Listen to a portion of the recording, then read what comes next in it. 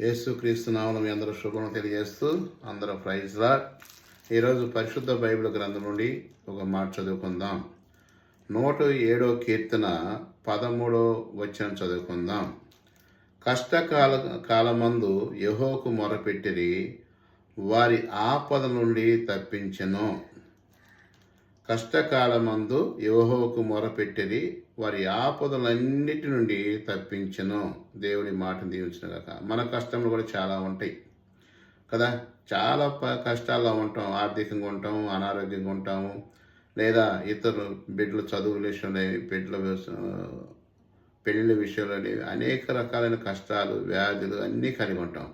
అయితే వాటిని అన్నిటిని కూడా విడిపిస్తానికి దేవుడు సిద్ధంగా ఉన్నాడు. ఏమన్నాడు అంటే, కష్టకాలమందు యెహోవాకు మొరపెట్టిరి. అంటే మనం మనుషులను ఆశ్రయించడం అవసరం లేదు. వారికి వీరికి మన కష్టాన్ని చెప్పడం అవసరం లేదు.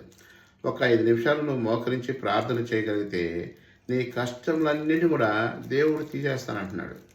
ఆయన నా యొద్దకు రండి, మీకు ఏదైతే భారంగా ఉందో ఆ భారం నా మీదేయండి, మీ చింత యావత్తు నా మీద వేయండి అంటాడు. అంటే మనం దేని గురించి అయితే చింతిస్తున్నామో, దిగులు పడుతున్నామో, బాధపడుతున్నామో వాటన్నిటి కూడా నా మీదేయండి, నేను వాటిని అన్నిటికీ మీకు పరిష్కారం చేస్తానని దేవుడు అనంటే మనం దేవుని యొద్దకు రావట్లా. దేవుడి యొద్దకు వచ్చి చూడు, నీకు ఏ పరిస్థితిలో ఉన్నా, ఏ కష్టంలో ఉన్నా, ఏ స్థితిలో ఉన్నా, ఏ బాధ ఉన్నా అన్నిటికీ నీ కష్టమంతా దేవుని చెప్పుకో. ఎవరో చెప్పనవసరం లేదు.